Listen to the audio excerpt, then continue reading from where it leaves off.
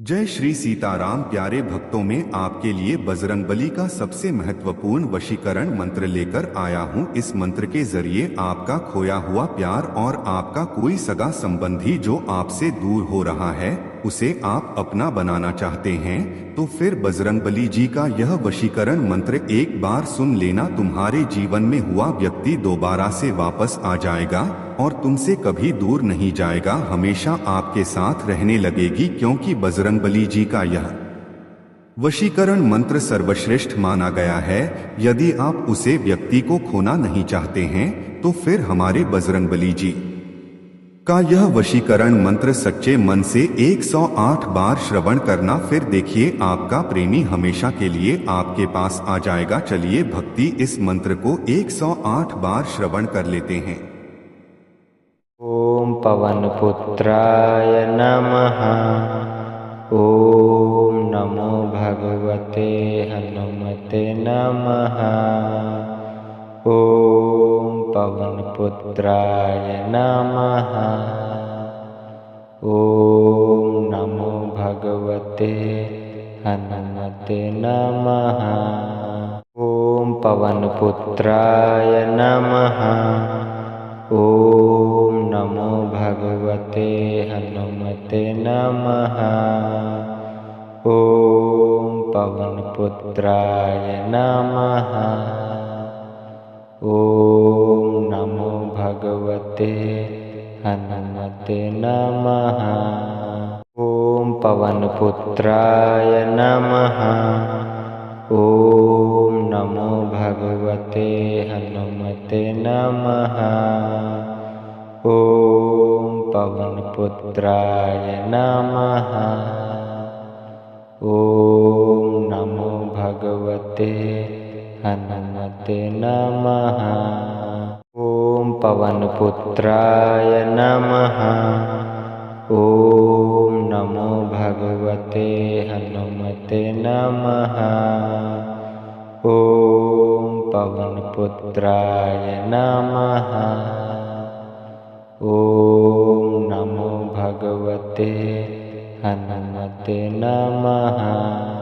ओम पवनपुत्राय नमः। ओम नमो भगवते हनुमते नमः। ओम पवनपुत्राय नमः। ओम नमो भगवते हनुमते नमः।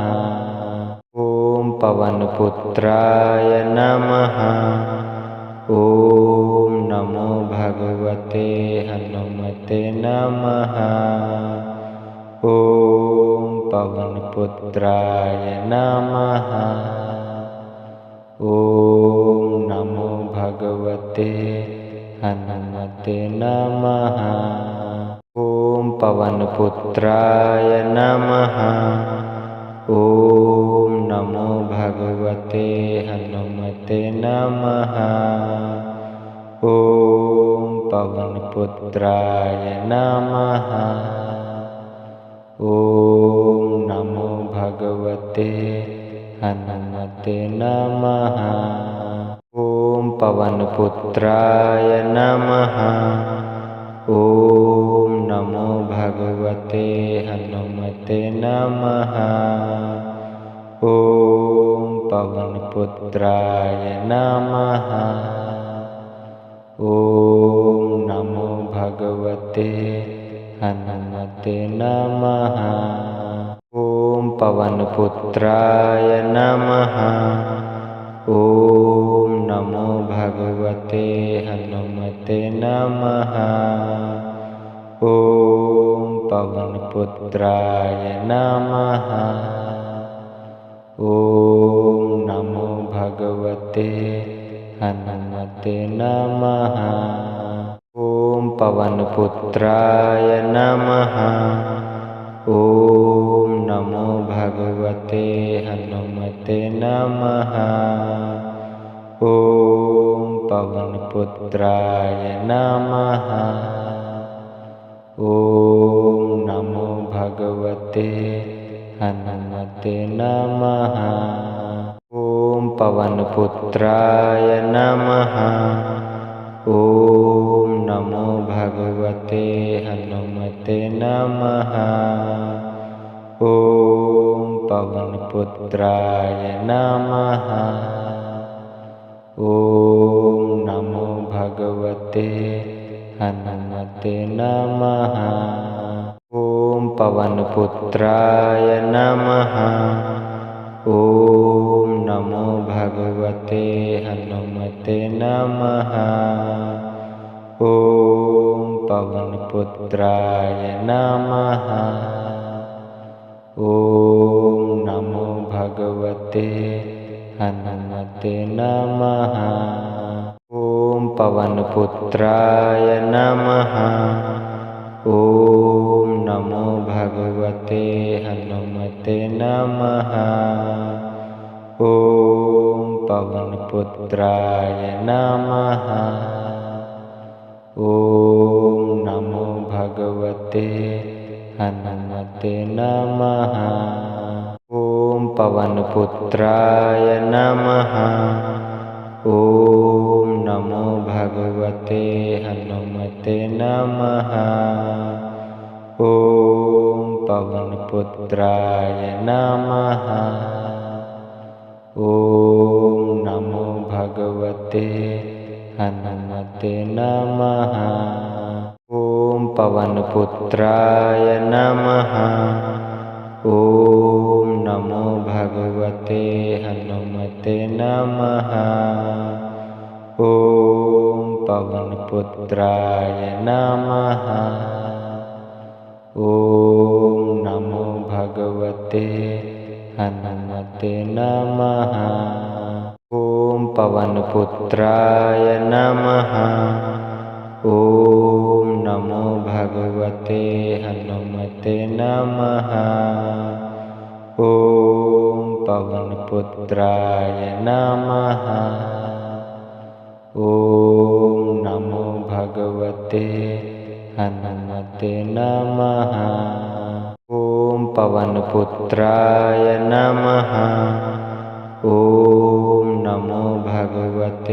हनुमते नमः।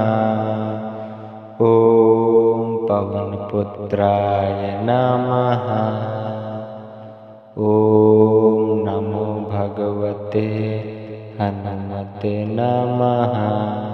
ॐ पवनपुत्राय नमः। ॐ नमो भगवते हनुमते नमः। ॐ पवनपुत्राय नमः। ॐ नमो भगवते हनुमते नमः। ॐ पवनपुत्राय नमः। ॐ नमो भगवते हनुमते नमः। ॐ पवनपुत्राय नमः। ॐ नमो भगवते हनुमते नमः। ॐ पवनपुत्राय नमः। ॐ नमो भगवते हनुमते नमः। ॐ पवनपुत्राय नमः।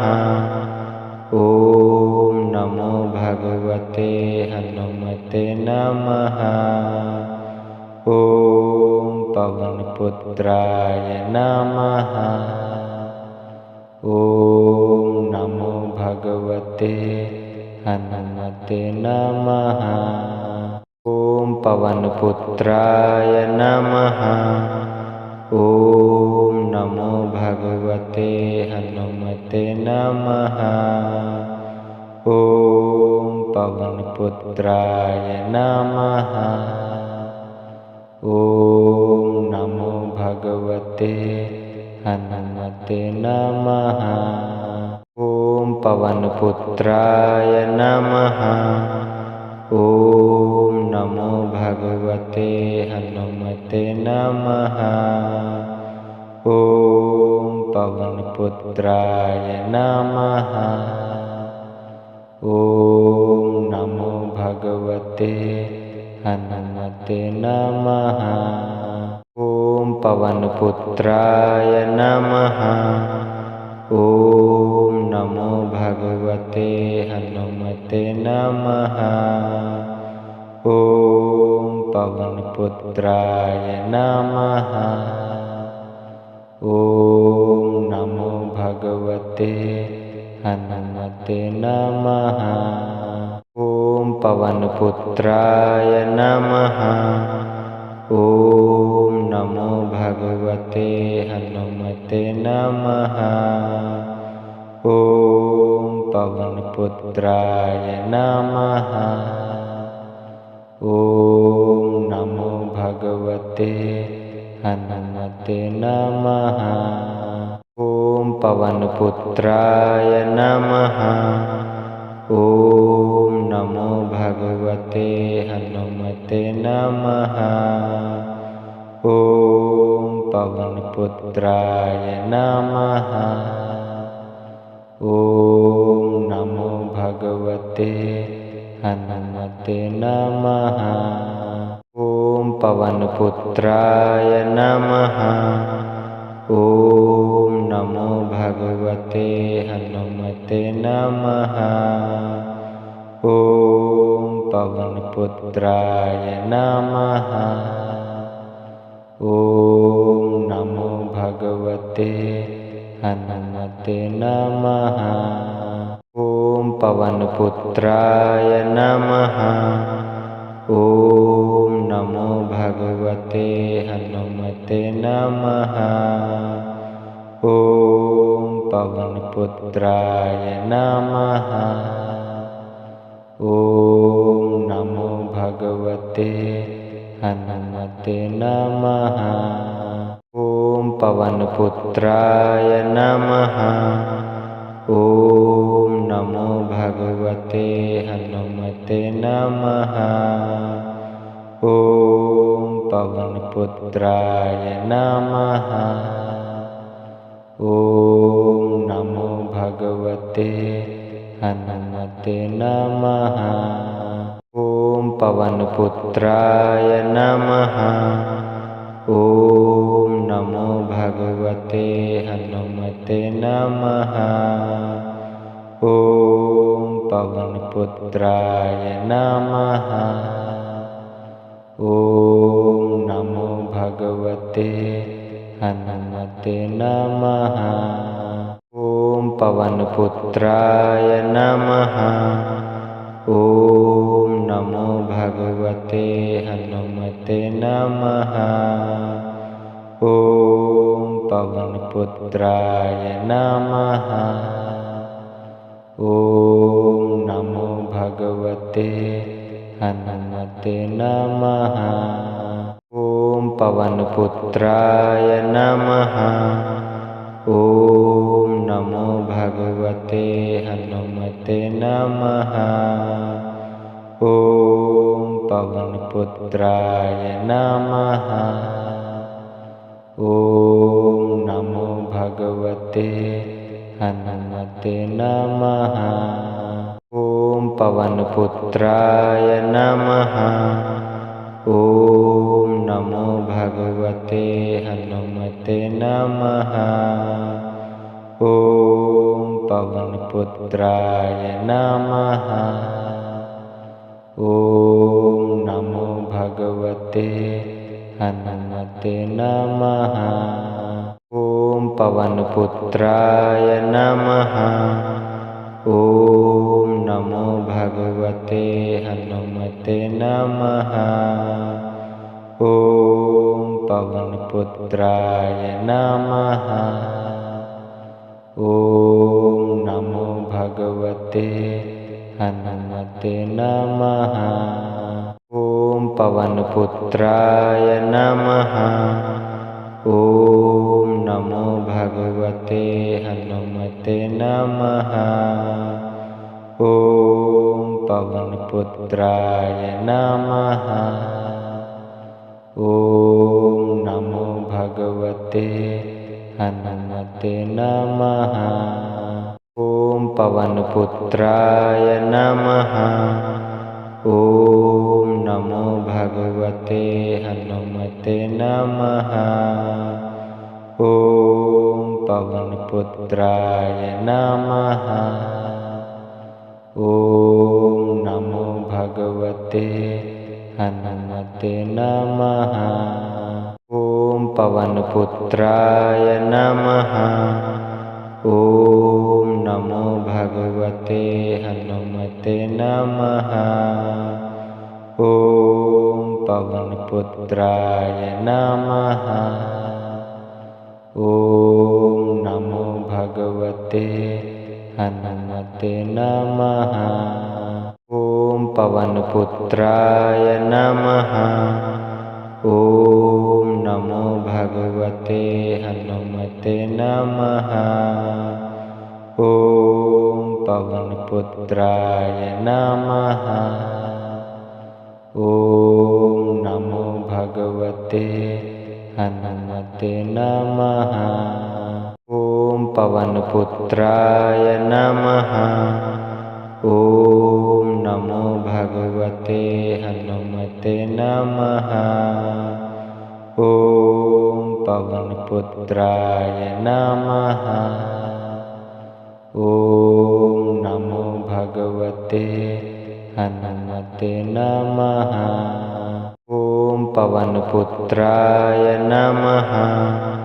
ॐ नमो भगवते हनुमते नमः। ॐ पवनपुत्राय नमः। ॐ नमो भगवते हनुमते नमः। ॐ पवनपुत्राय नमः। ॐ नमो भगवते हनुमते नमः। ॐ पवनपुत्राय नमः।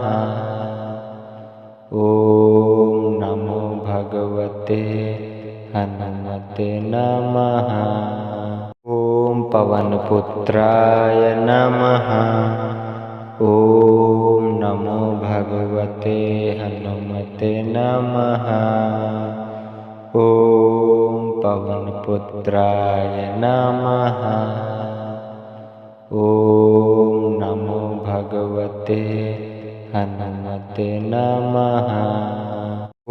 पवनपुत्राय नमः। ॐ नमो भगवते हनुमते नमः। ॐ पवनपुत्राय नमः। ॐ नमो भगवते हनुमते नमः। ॐ पवनपुत्राय नमः। ॐ नमो भगवते हनुमते नमः। ॐ पवनपुत्राय नमः। ॐ नमो भगवते हनुमते नमः। ॐ पवनपुत्राय नमः। ॐ नमो भगवते हनुमते नमः। ॐ पवनपुत्राय नमः। ॐ नमो भगवते हनुमते नमः। ॐ पवनपुत्राय नमः। ॐ नमो भगवते हनुमते नमः। ॐ पवनपुत्राय नमः। ॐ नमो भगवते हनुमते नमः। ॐ पवनपुत्राय नमः। ॐ नमो भगवते हनुमते नमः। ॐ पवनपुत्राय नमः। ॐ नमो भगवते हनुमते नमः। ॐ पवनपुत्राय नमः। ॐ नमो भगवते हनुमते नमः। ॐ पवनपुत्राय नमः। ॐ नमो भगवते हनुमते नमः। ॐ पवनपुत्राय नमः। ॐ नमो भगवते हनुमते नमः। पवनपुत्राय नमः। ॐ नमो भगवते हनुमते नमः। ॐ पवनपुत्राय नमः। ॐ नमो भगवते हनुमते नमः। ॐ पवनपुत्राय नमः। ॐ नमो भगवते हनुमते नमः। ॐ पवनपुत्राय नमः। ॐ नमो भगवते हनुमते नमः। ॐ पवनपुत्राय नमः। ॐ नमो भगवते हनुमते नमः। ॐ पवनपुत्राय नमः। ॐ नमो भगवते हनुमते नमः। ॐ पवनपुत्राय नमः। ॐ नमो भगवते हनुमते नमः। ॐ पवनपुत्राय नमः। ॐ नमो भगवते हनुमते नमः। ॐ पवनपुत्राय नमः। ॐ नमो भगवते हनुमते नमः। ॐ पवनपुत्राय नमः। ॐ नमो भगवते हनुमते नमः। ॐ पवनपुत्राय नमः। ॐ नमो भगवते हनुमते नमः। ॐ पवनपुत्राय नमः। ॐ नमो भगवते हनुमते नमः। ॐ पवनपुत्राय नमः। ॐ नमो भगवते हनुमते नमः। ॐ पवनपुत्राय नमः। ॐ नमो भगवते हनुमते नमः। ॐ पवनपुत्राय नमः। ॐ नमो भगवते हनुमते नमः। ॐ पवनपुत्राय नमः। ॐ नमो भगवते हनुमते नमः। ॐ पवनपुत्राय नमः। ॐ नमो भगवते हनुमते नमः। ॐ पवनपुत्राय नमः। ॐ नमो भगवते हनुमते नमः। ॐ पवनपुत्राय नमः। ॐ नमो भगवते हनुमते नमः। ॐ पवनपुत्राय नमः। ॐ नमो भगवते हनुमते नमः। ॐ पवनपुत्राय नमः। ॐ नमो भगवते हनुमते नमः। ॐ पवनपुत्राय नमः। ॐ नमो भगवते हनुमते नमः। ॐ पवनपुत्राय नमः। ॐ नमो भगवते हनुमते नमः। ॐ पवनपुत्राय नमः। ॐ नमो भगवते हनुमते नमः। ॐ पवनपुत्राय नमः। ॐ नमो भगवते हनुमते नमः। ॐ पवनपुत्राय नमः। ॐ नमो भगवते हनुमते नमः। ॐ पवनपुत्राय नमः। ॐ नमो भगवते हनुमते नमः।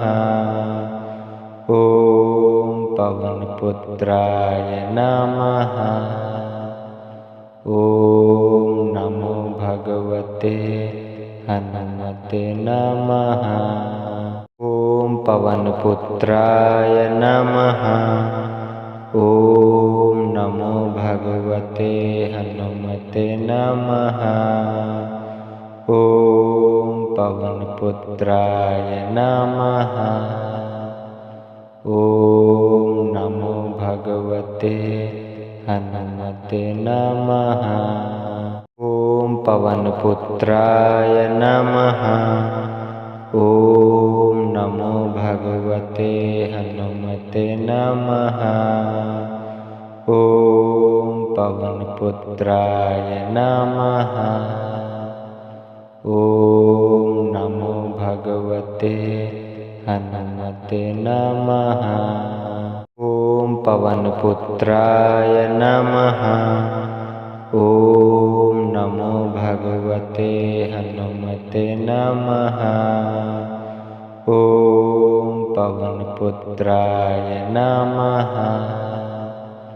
ॐ नमो भगवते हनुमते नमः। ॐ पवनपुत्राय नमः। ॐ नमो भगवते हनुमते नमः। ॐ पवनपुत्राय नमः। ॐ नमो भगवते हनुमते नमः। ॐ पवनपुत्राय नमः।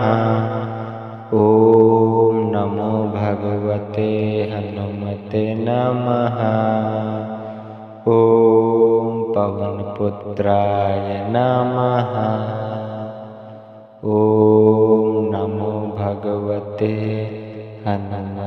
नमः। ॐ पवनपुत्राय नमः। ॐ नमो भगवते हनुमते नमः। ॐ पवनपुत्राय नमः। ॐ नमो भगवते हनुमते नमः। ॐ पवनपुत्राय नमः। ॐ नमो भगवते हनुमते नमः। ॐ पवनपुत्राय नमः। ॐ नमो भगवते हनुमते नमः। ॐ पवनपुत्राय नमः। ॐ नमो भगवते हनुमते नमः। ॐ पवनपुत्राय नमः। ॐ नमो भगवते हनुमते नमः। ॐ पवनपुत्राय नमः।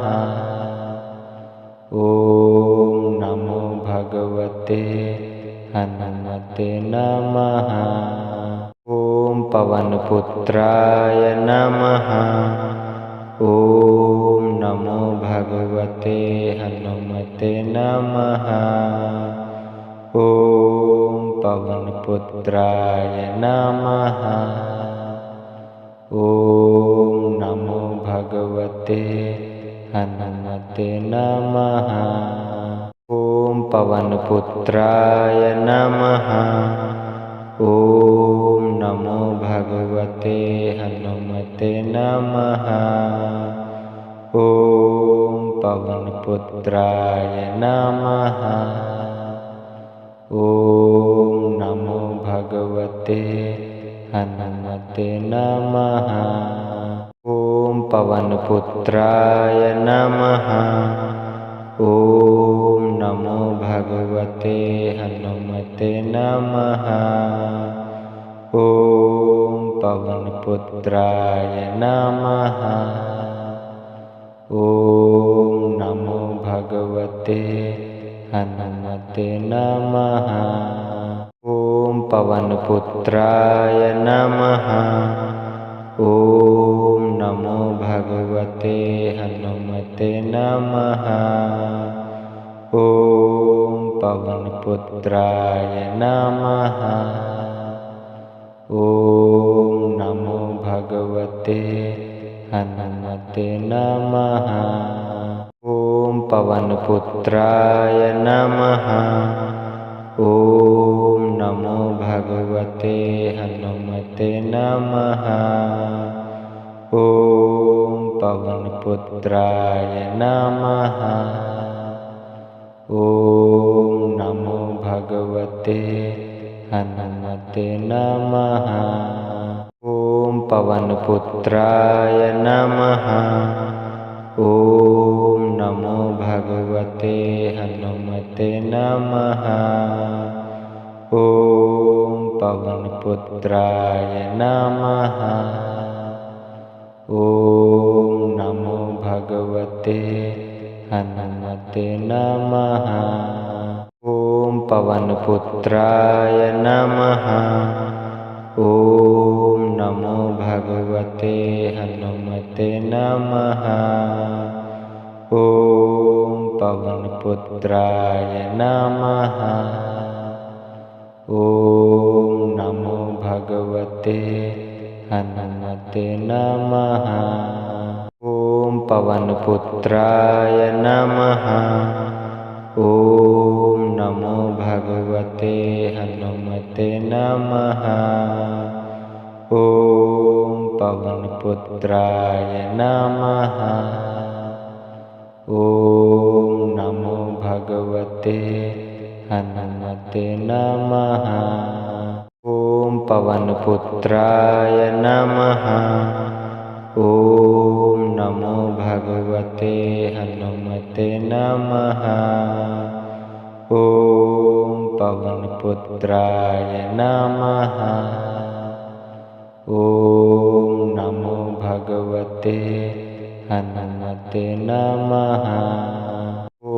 पवनपुत्राय नमः। ॐ नमो भगवते हनुमते नमः। ॐ पवनपुत्राय नमः। ॐ नमो भगवते हनुमते नमः। ॐ पवनपुत्राय नमः। ॐ नमो भगवते हनुमते नमः। ॐ पवनपुत्राय नमः। ॐ नमो भगवते हनुमते नमः। ॐ पवनपुत्राय नमः। ॐ नमो भगवते हनुमते नमः। ॐ पवनपुत्राय नमः। ॐ नमो भगवते हनुमते नमः। ॐ पवनपुत्राय नमः। ॐ नमो भगवते हनुमते नमः। ॐ पवनपुत्राय नमः। ॐ नमो भगवते हनुमते नमः। ॐ पवनपुत्राय नमः। ॐ नमो भगवते हनुमते नमः। ॐ पवनपुत्राय नमः। ॐ नमो भगवते हनुमते नमः। ॐ पवनपुत्राय नमः। ॐ नमो भगवते हनुमते नमः। ॐ पवनपुत्राय नमः। ॐ नमो भगवते हनुमते नमः। ॐ पवनपुत्राय नमः। ॐ नमो भगवते हनुमते हनुमते नमः। ॐ पवनपुत्राय नमः। ॐ नमो भगवते हनुमते नमः। ॐ पवनपुत्राय नमः। ॐ नमो भगवते हनुमते नमः। ॐ पवनपुत्राय नमः। ॐ नमो भगवते हनुमते नमः। ॐ पवनपुत्राय नमः। ॐ नमो भगवते हनुमते नमः।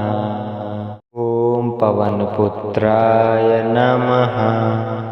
ॐ नमो भगवते हनुमते नमः। ॐ पवनपुत्राय नमः। ॐ नमो भगवते हनुमते नमः। ॐ पवनपुत्राय नमः। ॐ नमो भगवते हनुमते नमः। ॐ पवनपुत्राय नमः। ॐ नमो भगवते हनुमते नमः। ॐ पवनपुत्राय नमः। ॐ नमो भगवते हनुमते नमः। ॐ पवनपुत्राय नमः। ॐ नमो भगवते हनुमते नमः। ॐ पवनपुत्राय नमः। ॐ नमो भगवते हनुमते नमः। ॐ पवनपुत्राय नमः। ॐ नमो भगवते हनुमते नमः। ॐ पवनपुत्राय नमः। ॐ नमो भगवते हनुमते नमः। ॐ पवनपुत्राय नमः। ॐ नमो भगवते हनुमते नमः। ॐ पवनपुत्राय नमः। ॐ नमो भगवते हनुमते नमः। ॐ पवनपुत्राय नमः। ॐ नमो भगवते हनुमते नमः। ॐ पवनपुत्राय नमः। ॐ नमो भगवते हनुमते नमः। ॐ पवनपुत्राय नमः। ॐ नमो भगवते हनुमते नमः। ॐ पवनपुत्राय नमः। ॐ नमो भगवते हनुमते नमः। ॐ पवनपुत्राय नमः। ॐ नमो भगवते हनुमते नमः। ॐ पवनपुत्राय नमः। ॐ नमो भगवते हनुमते नमः। ॐ पवनपुत्राय नमः। ॐ नमो भगवते हनुमते नमः। ॐ पवनपुत्राय नमः। ॐ नमो भगवते हनुमते नमः। ॐ पवनपुत्राय नमः। ॐ नमो भगवते हनुमते नमः। ॐ पवनपुत्राय नमः। ॐ नमो भगवते हनुमते नमः। ॐ पवनपुत्राय नमः। ॐ नमो भगवते हनुमते नमः। ॐ पवनपुत्राय नमः। ॐ नमो भगवते हनुमते नमः। ॐ पवनपुत्राय नमः। ॐ नमो भगवते हनुमते नमः। ॐ पवनपुत्राय नमः। ॐ नमो भगवते हनुमते नमः। ॐ पवनपुत्राय नमः। ॐ नमो भगवते हनुमते नमः। ॐ पवनपुत्राय नमः। ॐ नमो भगवते हनुमते नमः। ॐ पवनपुत्राय नमः। ॐ नमो भगवते हनुमते नमः। ॐ पवनपुत्राय नमः। ॐ नमो भगवते हनुमते नमः। ॐ पवनपुत्राय नमः। ॐ नमो भगवते हनुमते नमः। ॐ पवनपुत्राय नमः। ॐ नमो भगवते हनुमते नमः। ॐ पवनपुत्राय नमः। ॐ नमो भगवते हनुमते नमः।